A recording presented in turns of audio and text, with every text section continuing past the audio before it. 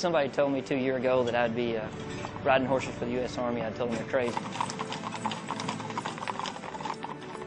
When your back's hurting and your knees and ankles are aching and all you want to do is sleep, that's when it really comes in, where your heart shows through and where it really shows if you want to be a Tomb Guard. It's ruthless on a team, and that's how you stay so proficient. If your standards are slipping, you have some guy ready to step up and fill your spot. If they see us playing, it sparks true patriotism. What we do here is 100%. There is no room for error.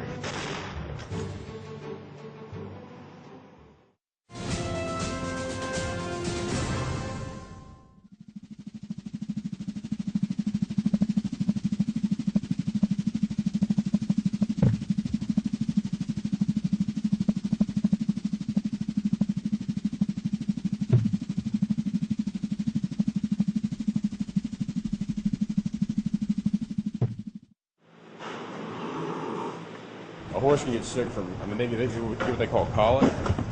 They can get that from eating while they're overheated. They can get it from eating too much hay without drinking water. They can get it from not drinking enough water just itself. They can get it if they're stressed out. So, you just have to kind of, what is it? Like an ounce of prevention. An ounce of prevention is worth like a pound of cure or something like that. It's true with these guys.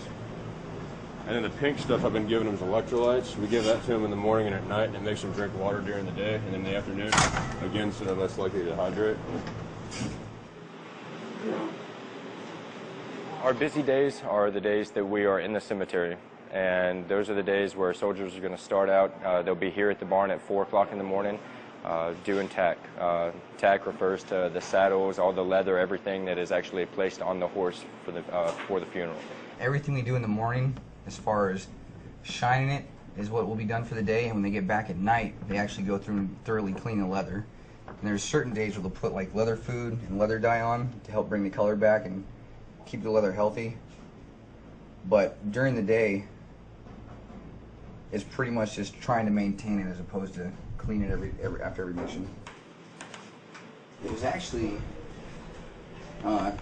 designed,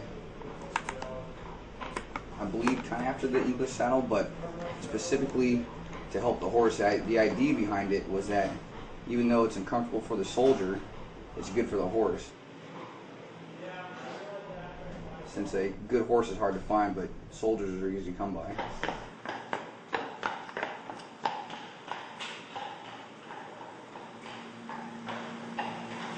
We should get 6 in there first. Normally we put 7, but we don't have all the loops. In the start of a normal day, you would actually have to wash horses. They're just like us. They don't want to be woken up so early in the morning. So, they're still kind of groggy. They're a little grumpy at times. So, you have to deal with, and you have to actually make sure their hooves are set and that their shoes are on tight. Because if they actually manage to throw a shoe during a cemetery, it would wear down the hoof a lot, and we can't have that. We generally polish all the brass on the wagon in the morning, and in the afternoon we'll go down, brush it down, take all the stuff out of the limber, all the trash, from the day.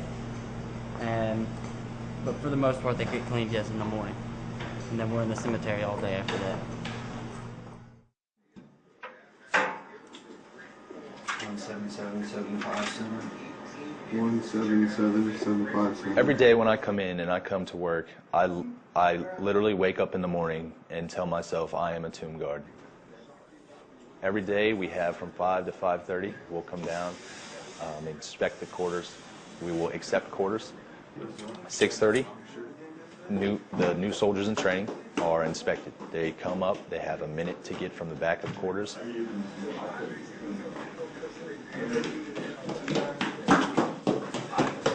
up to the front of quarters, set up their rack, and whoever is responsible, whoever is their trainer, will gig them or give them their corrections. And if they feel like their uniform is in good enough condition to walk, then they will be written in the schedule, and they will be allowed the opportunity to earn more walks to go outside. All right, you're making good improvement. Just need to work on the same spots, trouble areas where the cracks are. You got your micrometer?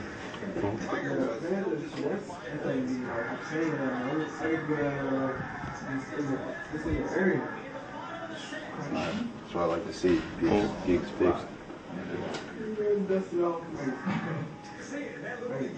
Much better on the steam. It looks a lot more fresh, black.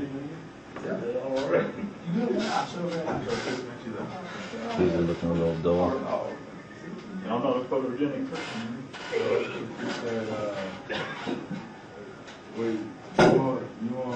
Measurements are money today, though.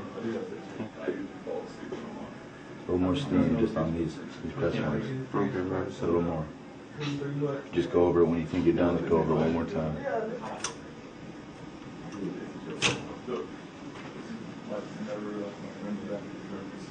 This 4 a.m. when I get enough time. All right. A little more steam right here. Inside, not bad though. Just a little. You got a little smudge on your head, Will. See it?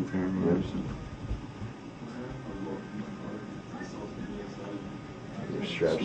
It's kind of crooked. Do you have the paint cut off where it is? Right. You see that smudge? Did you put anything on it this morning? I did. I Blue Magic. All right. I might have bumped it or something. Yes. Just be careful when you're bringing it up here. Keep bruising. Your metal pieces are almost there. This looks a lot better today. Line 6 of the Sentinel's Creed is my standard will remain perfection. Now, every tomb guard understands that there is no such thing as perfection. And what that says is that we will constantly work harder every day. We will never settle. We will constantly work harder to be the best we could possibly be. When we're tired, when we're really hurting and our backs are hurting and our knees are hurting, we're still going to stand straight and we're still going to put forth the same amount of effort because of who we represent. We will always work, and that's the little sacrifice that we have committed to make to honor those fallen soldiers and the unknown soldiers.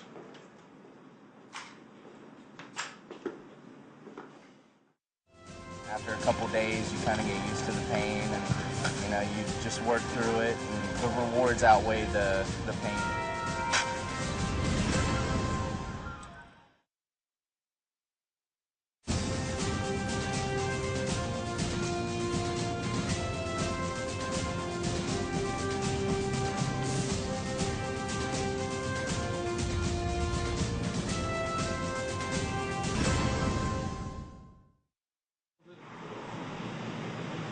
Herbie, Betty, Buddy, Bird.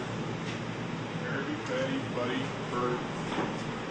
Singer, Tom, Tony.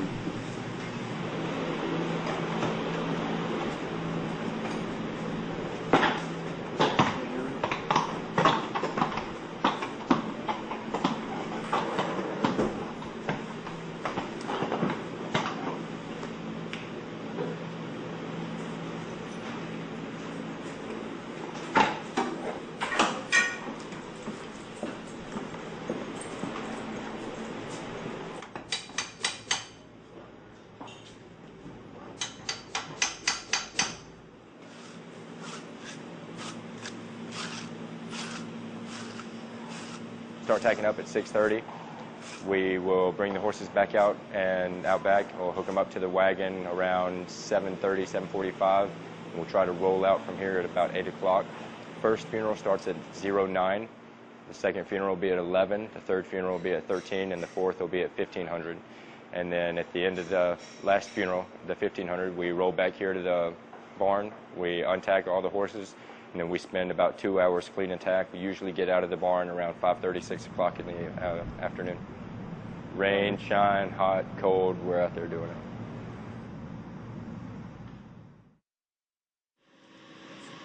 Forward! Ho!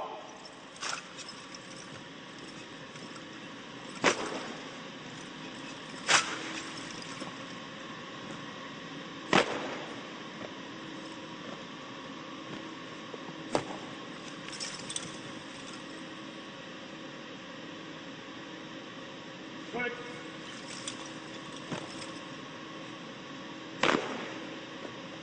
It's a 1903 Springfield. It's about 10.5 pounds, depending on weapon.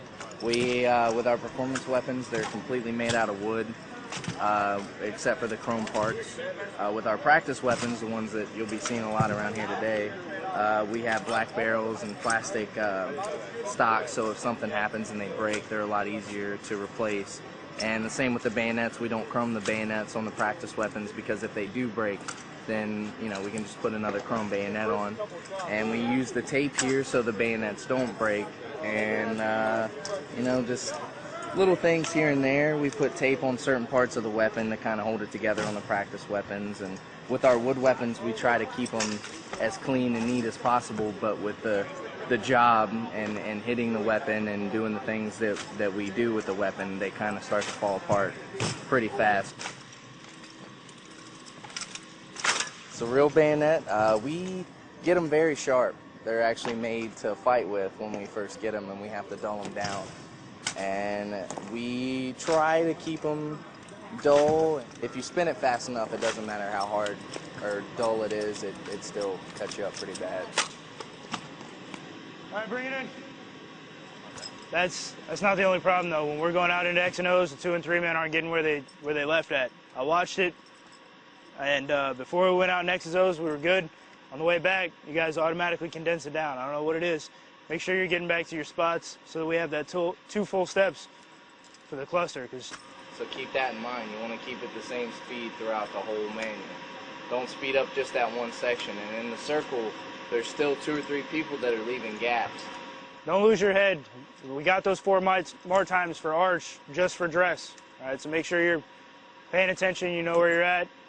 Dress to the shoulders, but also pay attention to where you're at on the line panel.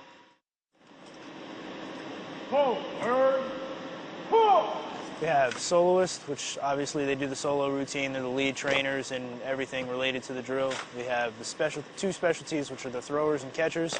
For the overhead rifle toss, obviously throwers throw it, catchers catch it, and they also run the ends of the line. And they typically lead training for the regular drillers. We call them RDs for short. They do everything within the performance, but it's just the basic moves and manuals.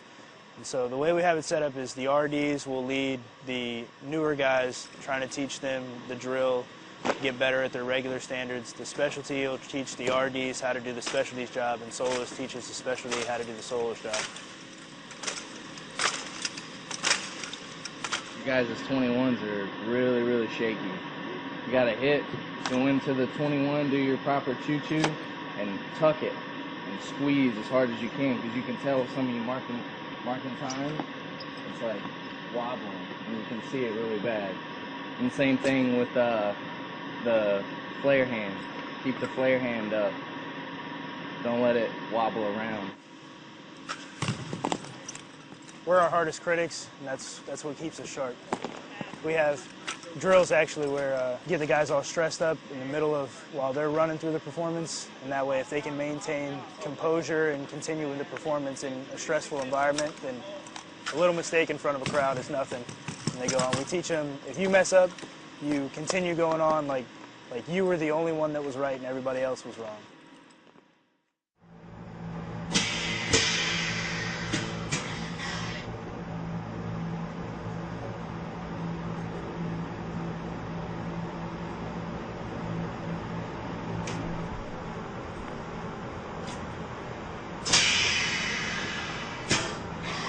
We don't get a chance to come out of the cemetery. A lot of times we're in the cemetery, though, we have tape and brushes that we can clean off if, a horse slobbers on us or we're coated in white horsehair.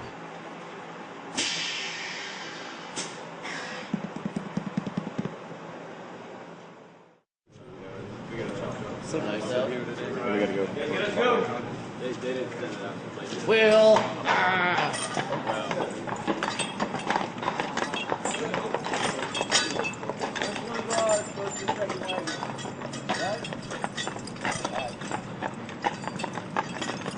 Whoa. We're good-ish. Not too far. The lead horse are the first 2 at the front of the wagon, and then you've got swing or the second 2, and then wheel will be the 2 that are closest to the actual wagon itself.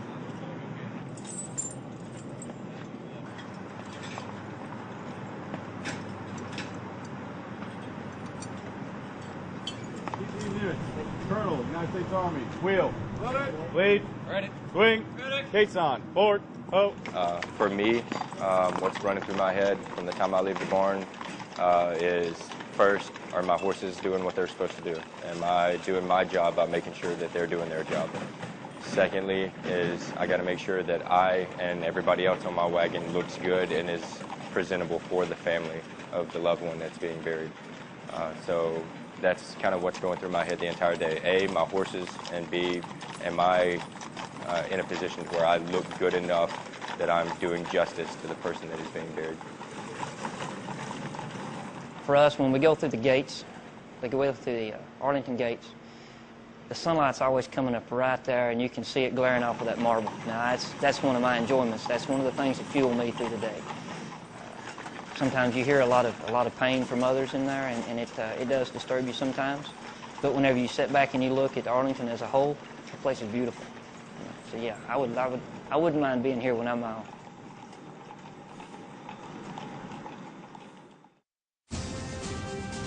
I am Staff Sergeant Gillies of the 3rd Infantry Regiment, United States Army. I mean, I'm convinced it's the best job I've ever had, best job I'm ever going to have.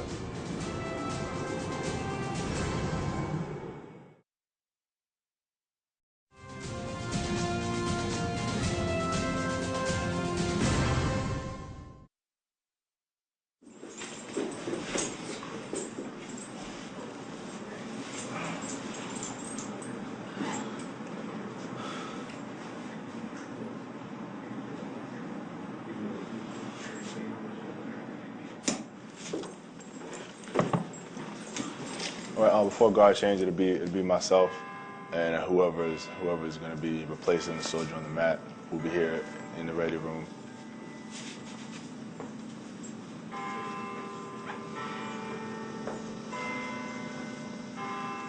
Whenever the time we're waiting on bells for the top of the hour, or if it's bottom of the hour, we'll look at the clock. Hey, let me show you the stats right now.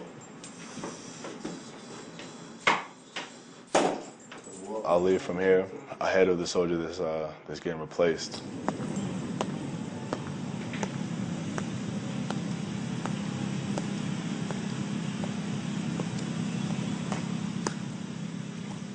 I'll walk onto the plaza. I'll come all the way to center, salute the tomb, of course, make an announcement to the crowd of what's about to happen. Ladies and gentlemen, may I have your attention, please? I am Staff Sergeant Gillies of the 3rd Infantry Regiment, United States Army, commander of the relief Tomb of the Unknown Soldier. The ceremony that you are about to witness is the changing of the guard.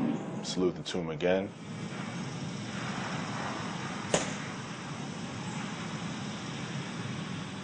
I'll walk to the inspection block. And in the time that I walked up and made the announcement, the soldier that was down here, he would have left, and he takes his spot in the inspection block. I take steps in front of him. I fully inspect the weapon, give it back to him. Inspect his uniform, come around, inspect the back of his uniform. And then we'll go to center, as we call it, which is the center of the plaza.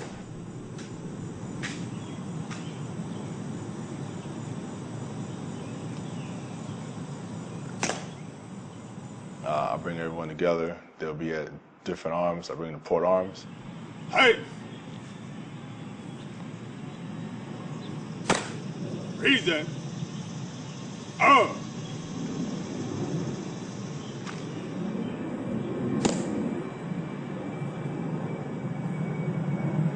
Face the tomb. We'll all salute the tomb. We'll face back, and they'll pass on their orders. Pass on your orders. Post and orders. Remain as directed. Orders. Acknowledged. Ready. Hey. The soldier that's coming off, he would say, post and orders, remain as directed. You know, just saying that, you know, just business as usual, you're gonna stay here, you're gonna go out the unknowns. The oncoming soldier will say, orders acknowledged, saying, I understand what's going on.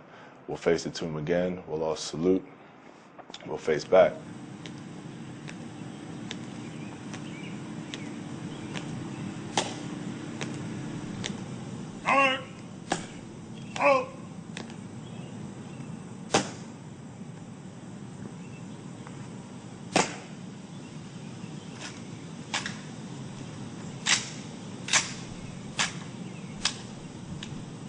All out.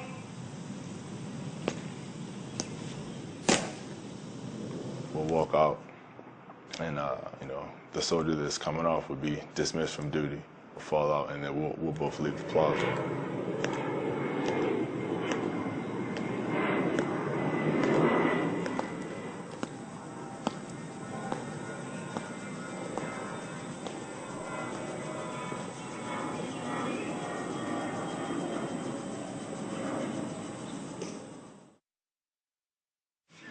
No pressure.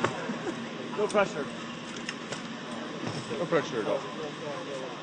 The reason why we do the challenges the way that we do them is because when you actually do get in a performance, those nerves are going to be doubled, tripled. You're going to be way worse than you were during your challenge. So we like to give you a little taste of that, and then when you actually do get out on the drill floor, you have a little bit to work with, a little bit of experience.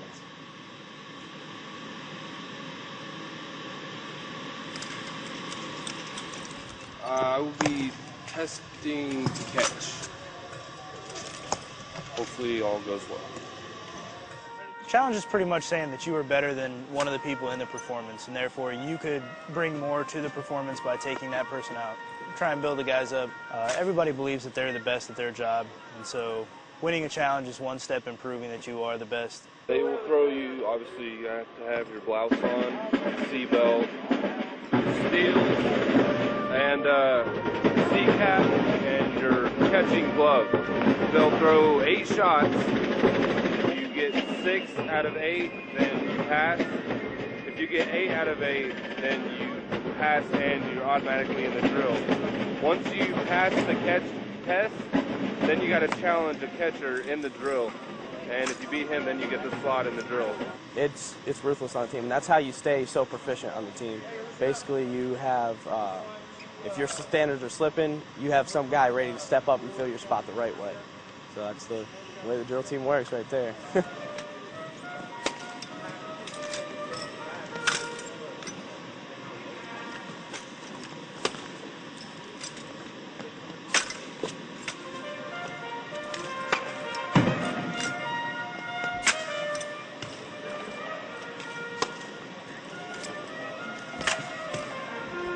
Manual's a lot better.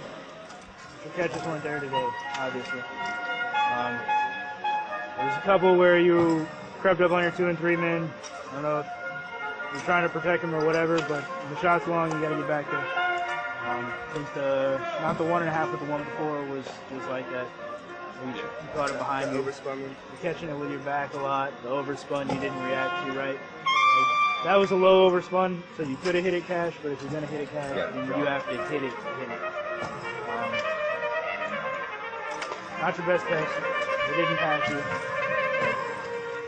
Range from, Humphrey gave you 5 at best.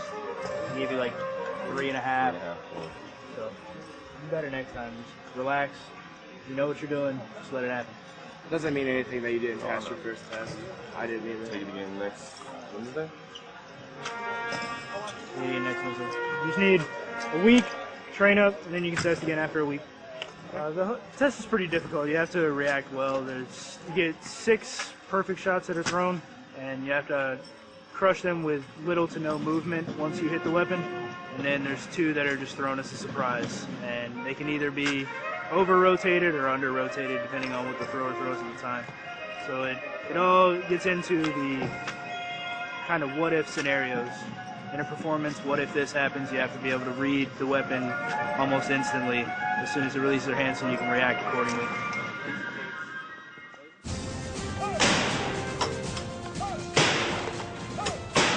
Yeah, we're never seen, but we're always heard.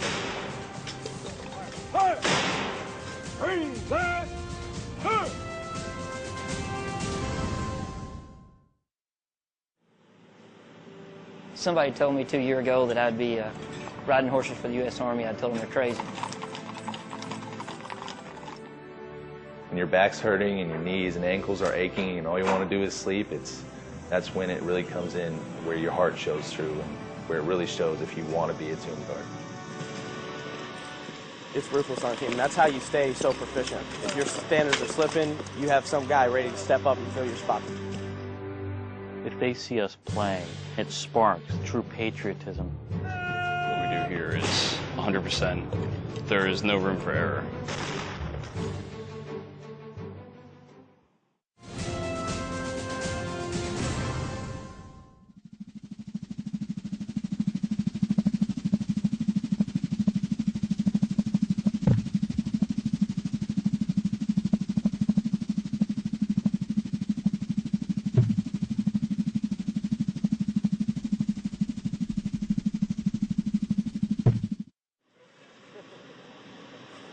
Bugles are up. No fanfare. The history of fife and drum really is one that it is crucial to the formation of the United States. It was the communication corps of the Army. What was so interesting is in the 1700s you had no radios, you had no cell phones, no anything. So if you wanted to relay commands, you did it through the sounds of the fife, drum, and the bugle.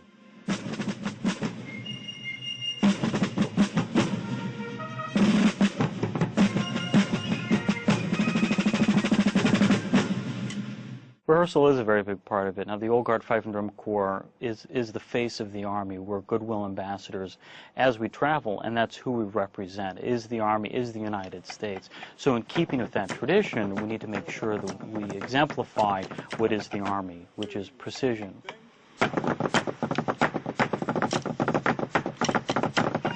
Which is our music up to the most high standards that you can possibly imagine. So rehearsal happens every day, and beyond everyday performances and rehearsals, just like any full-time musician, it's up to you to go home and then hone your skill. When it's a passionate thing that you have to play your instrument, it's something easy. You want to go home to practice, you want to go home to better yourself.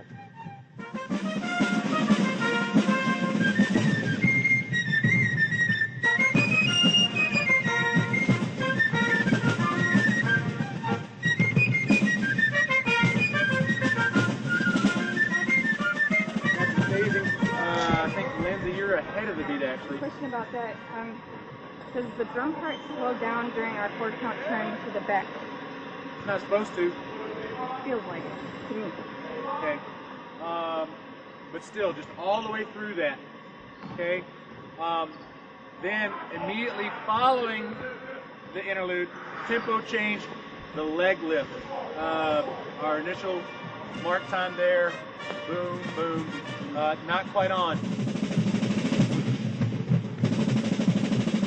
The troop step, that's kind of our signature.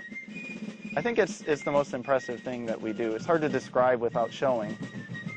What's so odd about the troop step is that you are playing at the same time, and you're then pointing your toe, dropping your toe, play at the same time, pick up the other foot, drop it, put it down, play, all of this at the same time. So it is truly like patting your head and rubbing your belly. And what makes it so difficult is at the same time of trying to make sure that you're in perfect phasing with everybody else, make sure that you're in perfect time, you also have to make sure that most obviously you're playing the correct music. So it's something that out of all the training, it takes us 6 months to train in the Fife and Drum Corps, something that probably takes the longest because it involves coordination, memorization, and then focus. Forward, left, left. They're all actually 11 Charlies, indirect fire infantrymen, mortarmen by trade. And that's because back in the 40s when they actually used these weapons, it was actually an infantryman crew that was on these weapons as direct fire weapons. That's how we came to be. Settle down. Settle down!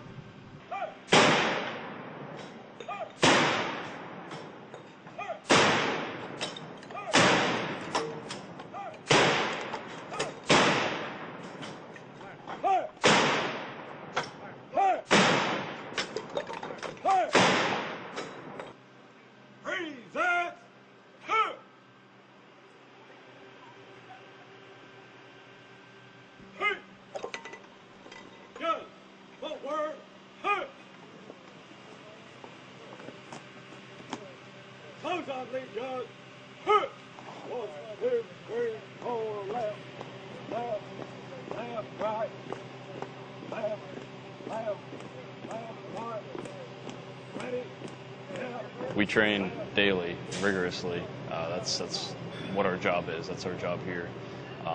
You know, everything is perfect. There is no mistakes.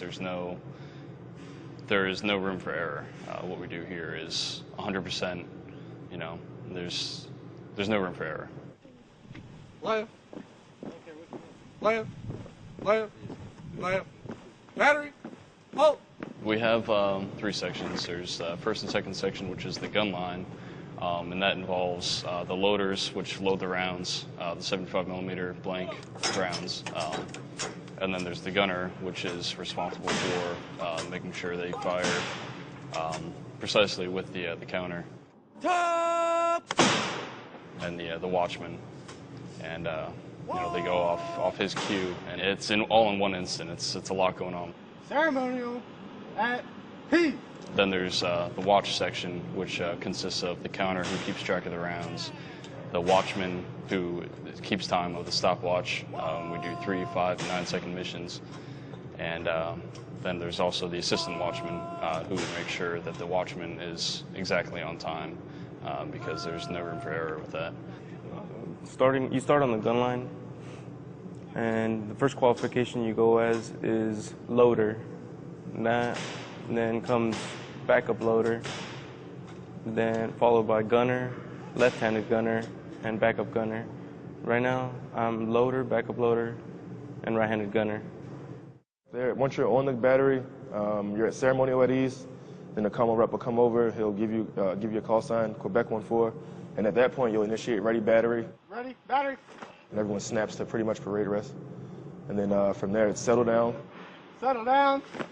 The gunner grabs the lanyard, the loader grabs another round. Stand by, the one gun gunner, he'll look at you, and then fire. OIC will drop his hand, and that one gun fires. And then from there, it's on the watchman to call each gun at the specific interval from that point on. And then once that's done, last round, the counter, he'll yell that out. Last round. He calls that last round, he fires. They say staff ready cut. Downrange, we render our a hand salute, and then we march off the battery. Order. Guns up now. Guns forward. Horse that staff. Hose on lead gun. 1, 2, 3, 4. Left. Left. Left. Left. Ready. Step.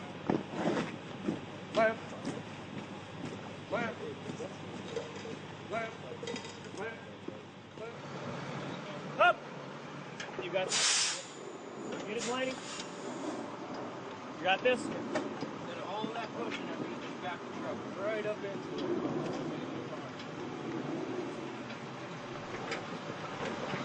Stop. Back. Back.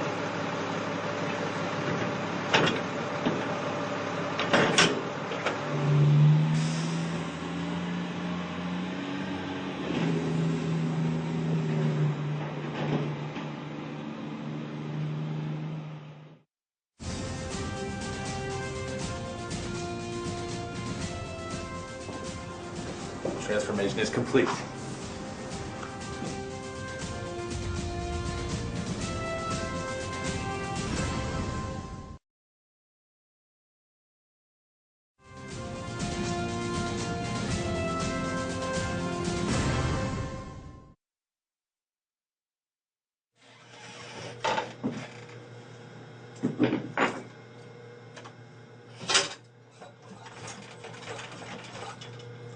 What we do is we make all of the harness from scratch and pattern for case up. Yes. We're actually maintaining 6 sets of complete tags. We got 4 for case that actually go out in the cemetery. We have 1 in training of horses and 1 in training of soldiers. And I would say they keep us pretty busy.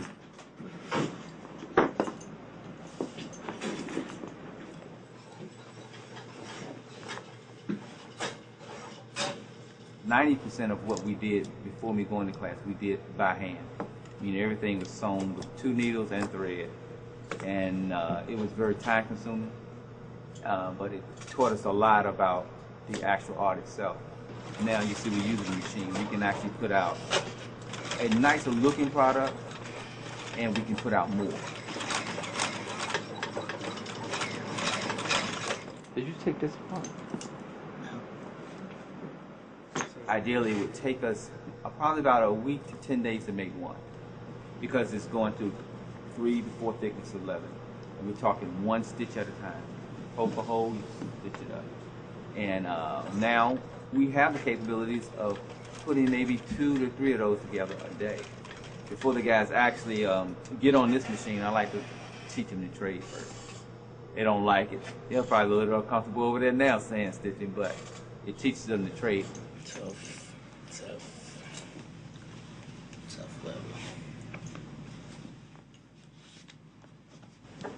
Give me a drill and a bit.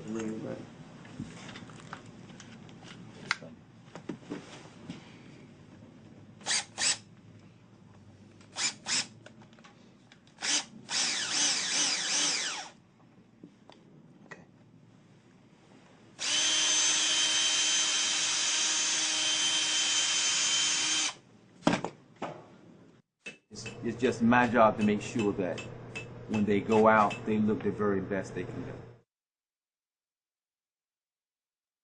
do. Well, right now, all we're doing is oiling the saddle. So yesterday we put leather dye on, let it soak in, it darkens the leather, gets it looking good and black again. And then today we wipe off the extra leather dye, whatever didn't soak into the saddle, and then we oil it, which the oil softens and helps preserve the leather, as well as makes it look a lot nicer, and it'll help it shine later, because at the end of the week what we'll do is we'll go back and we'll put the kiwi on it, and then it will be ready to ride again. I grew up in Alabama on a boarding farm. My parents have 500 horses that they take care of. That's what I grew up doing. I came up here looking to get away from horses and ended up in Quezon. So kind of backfired, but it's something that I'm familiar with and something that I enjoy now. So I grew up riding Western. I've done everything from rodeo to just riding around doing trail rides and stuff on the farm, exercising horses. And then I came up here, and I almost didn't pass the riding test for Quezon, even though I've ridden horses my entire life. I almost didn't pass the riding test because it's completely different. I had to basically forget everything that I had known growing up and relearn how to do it here. Lord, ho!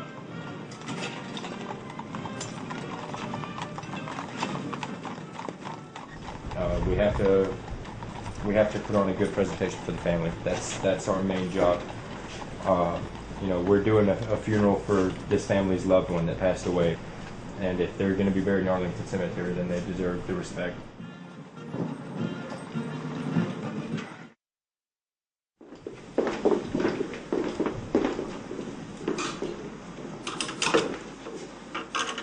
Do you need a flask now, sir? Roger that. Cool.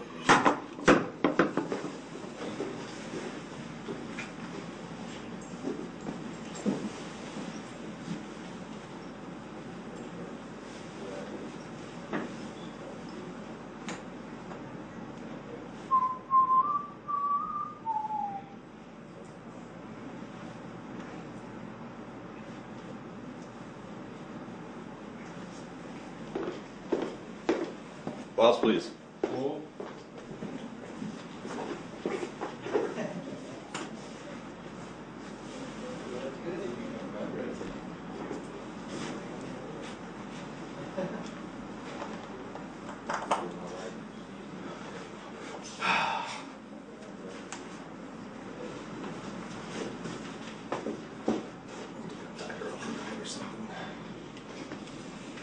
On NCO, Sergeant Parker, actually, when I was in training, he told me, because a big part of it is nerves. Until you're confident out there, you really can't put forth your best performance. And he told me a little trick that right when you put your glasses on, you should feel untouchable. And that's kind of something that stuck with me. So now, when I literally, that's like my on button. I put my glasses on, and I'm like, all right, here we go. Transformation is complete.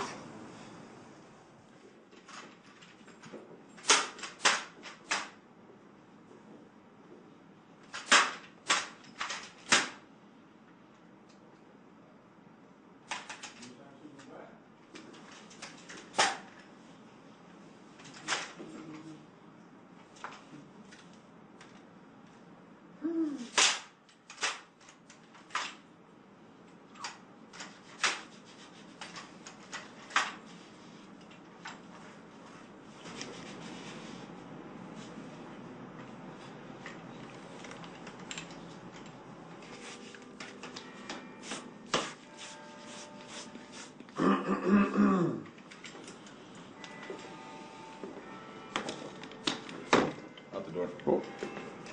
Crazy. Have a good walk. See you in the block. See you.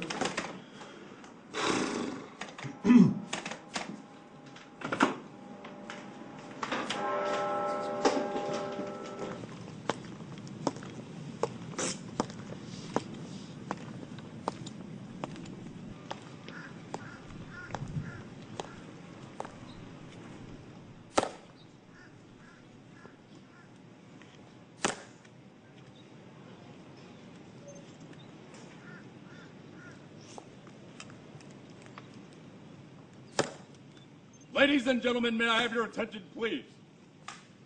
I am Specialist Bryzell of the 3rd Infantry Regiment, United States Army. Guard of Honor, Tomb of the Unknown Soldier. My dedication to the sacred duty is total and wholehearted. In the responsibility bestowed on me, never will I falter. And with dignity and perseverance, my standard will remain perfection. Through the years of diligence and praise and the discomfort of the elements, I will walk my tour in humble reverence to the best of my ability. It is he who commands the respect I protect. His bravery that made us so proud.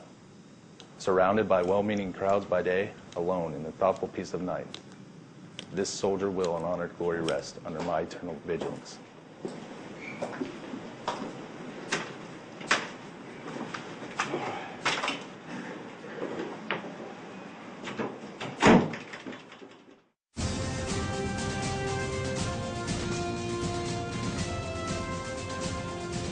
What we do here is 100%, there's no room for error.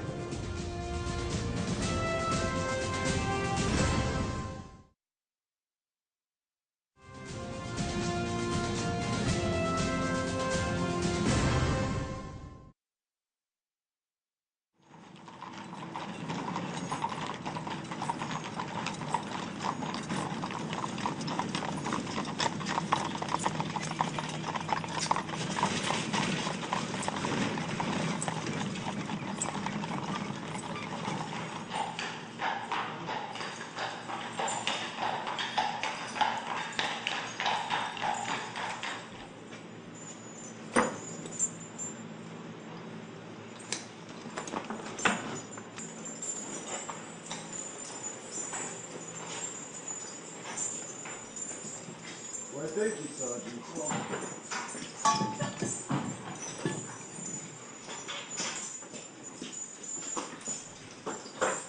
When they come back, they're actually more relaxed. You know, after a good day's work, they're pretty tired. They just want to go back into their stall and eat some hay.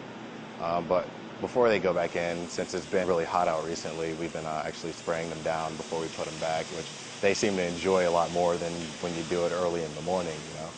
But anyway, who likes that wake-up call? And when you get in the military, you understand tradition is one of the biggest drivers. If you follow it, it's one of the big things. But other than that, whenever you know that you've done your job and you know that it's represented the U.S. Army and you've completed your mission, which is to serve as a mounted escort to our fallen soldiers, that alone gives you a good smile at the end of the day.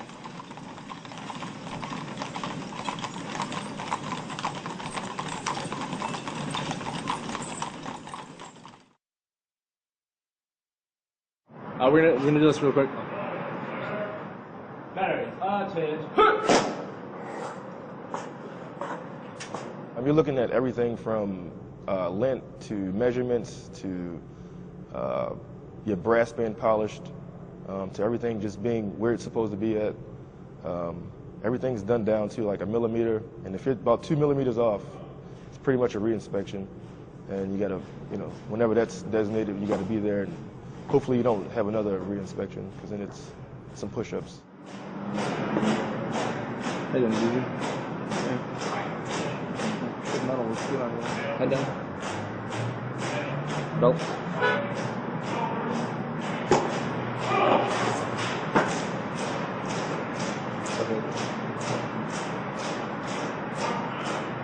Battery, change. Pop.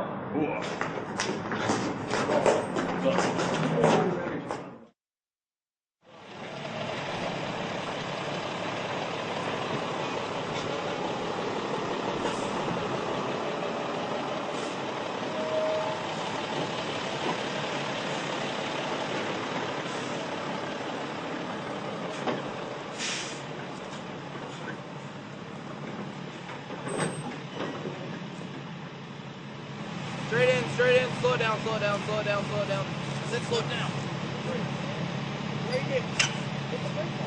All the way on, all the way on.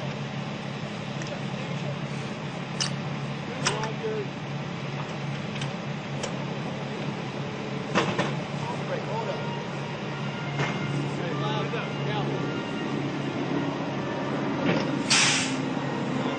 Up. Lock here. Where you want it? Sign. Straight in. Excuse me. Straight in. Come back to the phone. Straight in. Sign.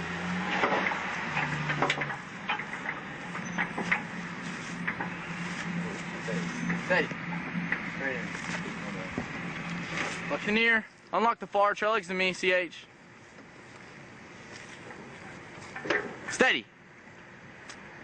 Lock the near, unlock the far trail legs away, CH. Lock the far, unlock the near, trail legs away, CH. Downhill, be easy. Steady.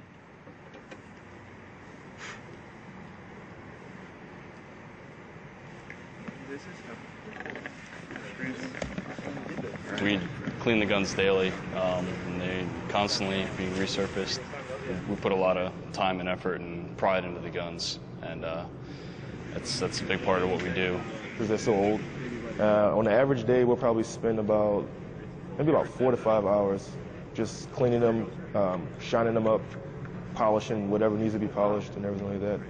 And then includes once we do get them where they're going, they still get cleaned once we get there. The metal gets, sanded down over and over again to give it that shine. Yeah, we're never seen, but we're always heard. So. Ladies and gentlemen, please join me in welcoming the United States Army Old Guard Fife and Drum Corps.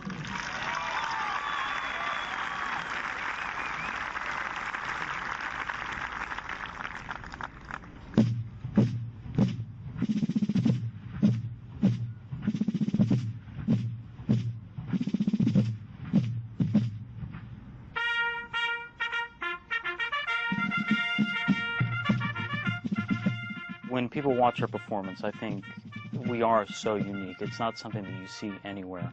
If they see us play, sparks the true patriotism that happened in 1776.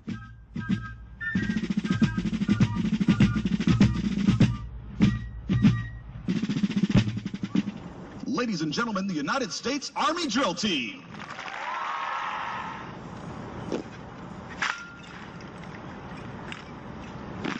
That's one of the things that sets us apart from the rest of the ceremonial drill teams that the armed forces have.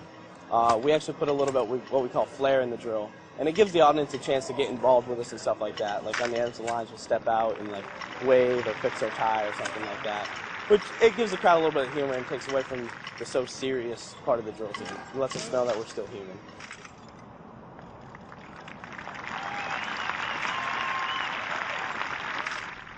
In addition to the soldiers on the field before you, the Presidential Salute Battery is led by Staff Sergeant Des Lindsay from Baltimore, Maryland.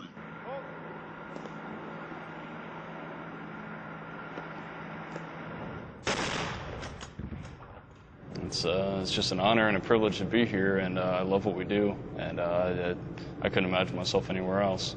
When a soldier enjoys his work, then he will do it to the, absolute best of his ability.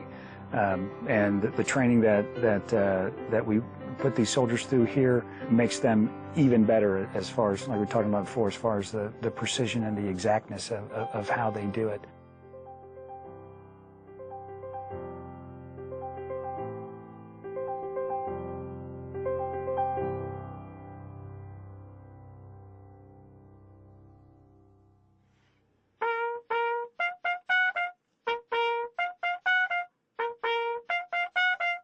I don't have any more notes. No. Very good. Excellent.